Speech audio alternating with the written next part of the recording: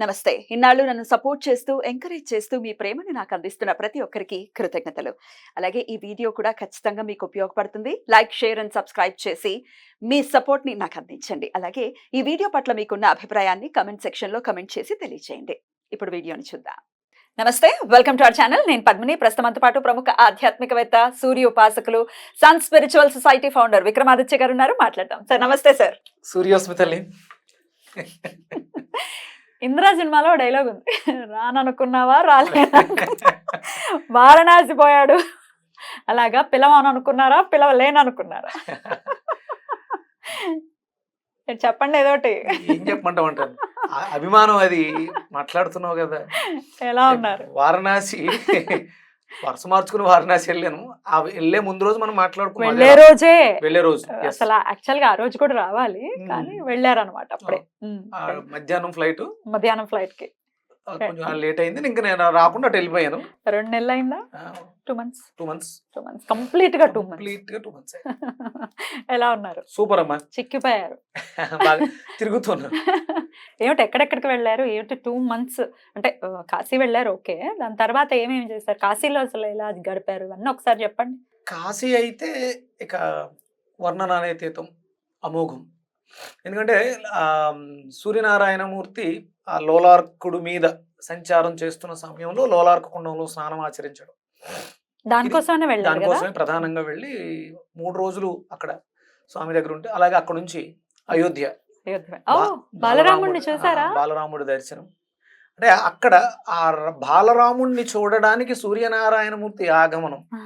అక్కడ సూర్యకుండం అని ఉంటుంది, మనకు కొంచెం ఎదురుకొచ్చేస్తే అయోధ్యలోనే సూర్యకుండం అని ఉంటుంది. అక్కడ సూర్యనారాయణమూర్తి ప్రతిరూపాలు, అంటే ఆయన వచ్చాడు వెళ్ళాడు తెలుసు మనకి, మిగతా విషయాలు తెలియదు కదా. ఆయన వచ్చాడు అనడానికి అక్కడ ఉన్నాడు. 30 రోజుల పాటు సూర్యుడు సూర్యాస్తమయాలు లేవంట అయోధ్యలో. రామజన్మం జరిగినప్పుడు ఆ బాలరాముడిని చూడడానికి అప్పుడు త్రేతాయుగంలో ఆ స్వామి అక్కడ వచ్చి ఉండిపోయారు. అప్పుడు ఋషులు మునులు గందరగోళం అయిపోతే సూర్యాస్తమయాలు అంతా వెలుగ్గానే ఉంది భరత భూమి అంతా కూడా. అందుకని చెప్పేసి మళ్ళీ వేడుకుంటే ఆయన వెళ్తూ వెళ్తూ అక్కడ సూర్యకుండంలో ఆయన రూపాలు దొరకటం, ఆ విగ్రహాలు అక్కడ పూజలు అందుకోవటం. సూర్యకుండం మరి ఆయన వంశంలో పుట్టాడు మహానుభావుడు అంటే ఆయనకి ఎంత ఆనందంగా ఉంటుంది. ఆనందంతో వచ్చి మైమరిచిపోయి 30 రోజులు ఉండిపోయారంట అక్కడ. అవన్నీ దర్శిస్తూ చూసి దాని తర్వాత ఇక అక్కడ నుంచి వచ్చేసిన తర్వాత ఇటు కోనార్క్ వెళ్ళాలనుకున్నాను. అంటే మనకు అత్యంత ప్రతిష్టాత్మకమైనటువంటి సూర్య దేవాలయం కోనార్క్ సూర్య దేవాలయం.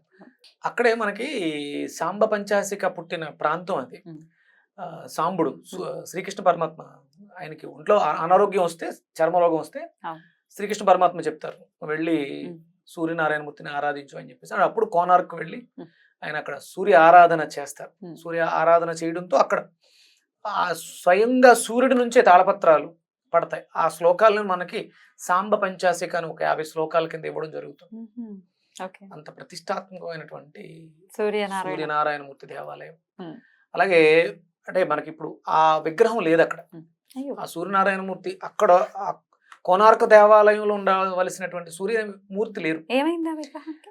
అక్కడ ఏమైందంటే ఆ Britishers, east India company Britishers, వీళ్ళు అప్పట్లో హెలికాప్టర్ల మీద వాటి మీద ఎక్కువగా వస్తుండేవారు. దానికి దగ్గరగానే ఉన్నటువంటి నదిలో ఈ షిప్ వాడ ఇవన్నీ వచ్చేవి కదా. ఆ దేవాలయంలో ఉన్నటువంటి శక్తికి ఇవన్నీ కూడా ఇంజన్లు ఆగిపోవటం, వాడలు ఈ ఒడ్డుకు లాగేసుకోవటం జరిగేది. అంటే మీకు అంటే సాధారణంగా దేవాలయాల్లో మనం ప్రాణప్రతిష్ఠ చేస్తాం, మూర్తి కింద పాదాలు ఆని ఉంటాయి పీఠం మీద. కానీ ఇక్కడ కోనార్క్ సూర్య దేవాలయంలో స్వామి గాలిలో ఉండేవారు మధ్యలో. దానికి అంటే ఎందుకు అలా నిర్మించారు అనడానికి మనకి 2 దేవాలయాలు. అంటే కింద ఇంకేమి ఉండదు అసలు, పైన కింద కూడా మీరు చెక్ చేసేవారట. అది కేవలం గాల్లో మాత్రమే ఉండేది. దానికి ఆ నిర్మాణ శైలి ఇప్పుడు వరంగల్లో ఎలా అయితే ఒక స్తంభంకి కింద అది చాలా పెద్ద విగ్రహం, అంత విగ్రహాలు గాల్లో ఉండేవి. మనకి అలాంటి దేవాలయాలు 2. ఒకటి సోమనాథీశ్వర్లో కూడా స్వామి శివలింగం అలా గాల్లోనే ఉండేది. ఇక్కడ కోనార్క్ లో శివలింగం సూర్యలింగం కూడా అలాగే ఉండేది ప్రతిమ. దాన్ని ఎలా తీసేయగలిగారు వాళ్ళు? పైన ఒక గోపురం మీద ఉన్నటువంటి ఒక రాయిని తప్పిస్తే దాని అది ఆటోమేటిక్ గా గ్రావిటీతో మళ్ళీ కిందకి ఆకర్షింపబడింది. అంటే ఆ శిలలకు ఉన్నటువంటి ప్రత్యేకత. ఆ ఆర్కిటెక్ట్స్ కి చెప్పాలి సార్. అయ్యో బాబోయ్! మన వాళ్ళు అసలు అద్భుతం. అద్భుతం. అసలు అంటే టెక్నాలజీ లేని రోజుల్లో ఎలాంటి ఇన్స్ట్రుమెంట్స్ అంటే వాళ్ళు ఏం వాడారు, ఎలా ఆ నిర్మాణాలు జరిగినాయి అని చెప్పేసి అసలు ఇది కాదు టెక్నాలజీ, అదే టెక్నాలజీ 100% అదే. కదా. మనమైతే చేయలేము. చేయలేము. అద్భుతం. అది ఇప్పుడు తొలగించి మరి ఇప్పుడు ఏముంది ఆ స్థానంలో? అక్కడ అంటే ఒకటి అక్కడ మూర్తి లేరు, ఉమ్. కానీ ఆ శక్తి అక్కడే ఉంటుంది. అంటే శక్తి యంత్రం. ఉన్న చోట ఉమ్. శక్తి ఉన్న చోట మూర్తిని పెట్టి మనకి నిజ రూపం చూపించేవారు అంతే. ఉమ్. అంతే తప్ప ఇప్పుడు అక్కడ ఆ మూర్తి లేడు కాబట్టి అక్కడ శక్తి పోయింది అనుకోవడానికి లేదు. అవన్నీ శక్తి క్షేత్రాలు. యంత్రం ఉండుంటుందిగా కింద ఎలాగో. 100% అవేమి మానవ నిర్మితాలు కాదమ్మా. మానవ నిర్మితాలకి ఆ ఎనర్జీని తీసుకురావడానికి మనం యంత్రాన్ని సహాయంగా తీసుకుంటాం. యంత్రం దాన్ని రిసీవ్ చేసుకుంటుంది కదా. కానీ అక్కడ ఆల్రెడీ శక్తి ఉంది. కోణ అర్కు దానికి ఉన్నటువంటి పేరే జియోమెట్రికల్ ఎనర్జీస్. కోణము అర్కు అంటే అర్కుడు అంటే సూర్యుడు. అంటే అక్కడ సంథింగ్ ఒక ఎనర్జీ, కాస్మిక్ ఎనర్జీ మనకి కాశీలో ద్వాదశాదిత్యుల గురించి ఉంటుంది. కాస్మాలజీ ప్రొఫెసర్ యుఎస్ నుంచి వచ్చి, కొలరాడో యూనివర్సిటీ నుంచి వచ్చి ఈ హిందూ దేవాలయాలు వీటికి ఉన్నటువంటి ఆ స్ట్రక్చర్స్ మీద రీసెర్చ్ చేసి ఇవి దైవాంశ సంభూతులు మనోనేత్రంతో దర్శించి మేము ఇప్పుడు మిషనరీ ద్వారా చూసి చెప్తున్నాము, వాళ్ళు మనోదృష్టితో చూసి చెప్పారు, ఈ భారతీయులందరూ గర్వపడాలని చెప్పేసి ఎన్నో అద్భుతమైనటువంటి పుస్తకాలు రాయడం జరిగింది. అలాంటి క్షేత్రంలో మనకి కోనార్క్, అక్కడ కూడా స్వామిని దర్శించుకోవడం జరిగింది. స్వామి శక్తిని నేను అంటే చాలా మంది వెళ్తారు, అదొక టూరిస్ట్ ప్లేస్ లా తయారైంది. అక్కడ సూర్య నమస్కారాలు చేయడానికి అక్కడ ఉన్న సెక్యూరిటీని పర్మిషన్ అడిగి సూర్య నమస్కారాలు చేసుకున్నాం. పర్మిషన్ అడగాల? అదే జియో ఆర్కియాలజీ డిపార్ట్మెంట్ ఆధ్వర్యంలో ఉంది. అంటే ఇప్పుడే ఆర్కియాలజీ నుంచి కొన్ని దేవాలయాలు బయటకు తీసుకొస్తున్నారు మోడీ గారు. ఈ కోనార్క్ దేవాలయాన్ని కూడా ఆర్కియాలజీ నుంచి బయటకు తీసుకొచ్చి అక్కడ మళ్ళీ ఆ మూర్తి ఉన్నారు మనకి, అది ఆ మూర్తి మనకి పూరిలో దర్శనమిస్తారు.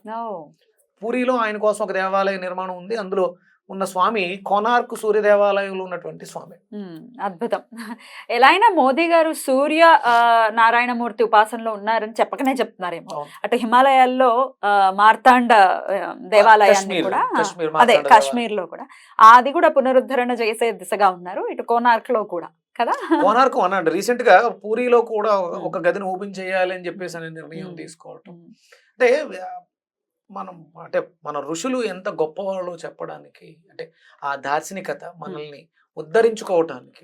అంటే నాకు ఇంతకాలం పట్టింది సూర్యోపాసనలో ఉంటూ. కంపల్సరీ అంటే భారతదేశంలో జన్మ తీసుకున్న వాళ్ళు ప్రతి ఒక్కళ్ళు కోనార్క్ వెళ్ళాలి. అక్కడ నుంచి దగ్గరే మనం పూరి వెళ్ళాలి. అక్కడ పూరిలో భారతదేశం వైశిష్ట్యం మనకున్నటువంటి 700 సుమారు 20 దేవాలయాలకి సంబంధించినటువంటి కీహోల్ అక్కడ నుంచి శక్తి ప్రసరణ జరుగుతుంది.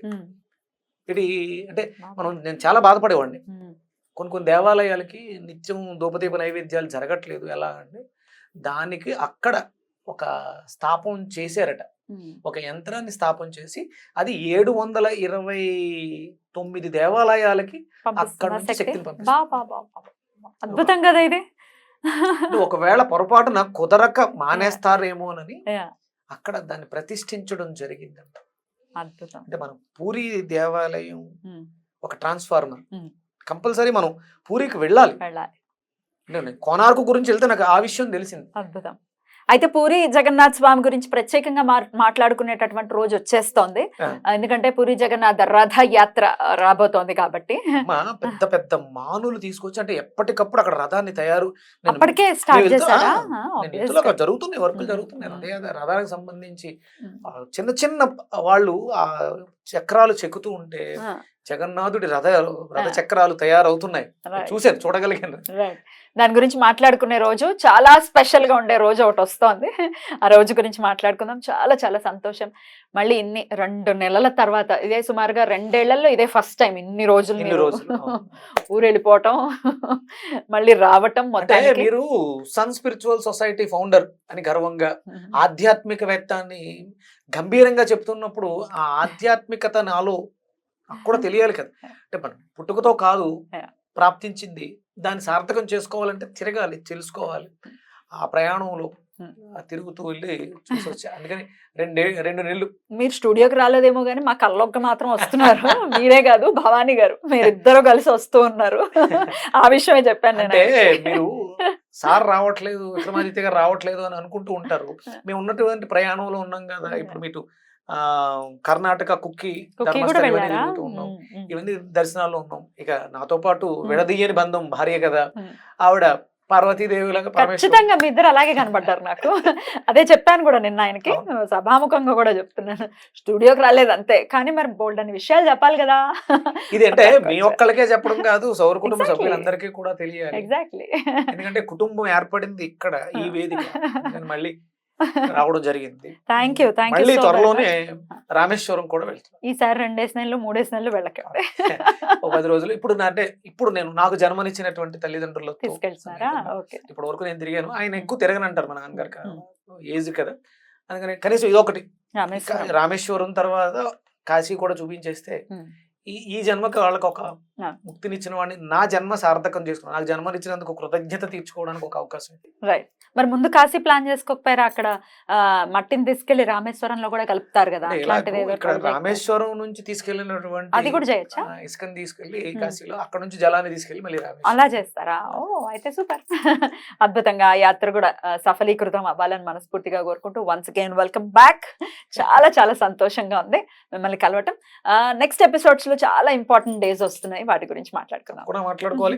మరి ఇప్పుడు నేను కోనార్క్ వెళ్ళాను కదా, మరి అవన్నీ చూపించాలి. వీడియోస్ ఎలాగో మీరు మాట్లాడేటప్పుడు ప్లే అయ్యాయిగా, చూసారు. So thank you sir, thank you so very much. నమస్తే. సూర్యోస్మిత.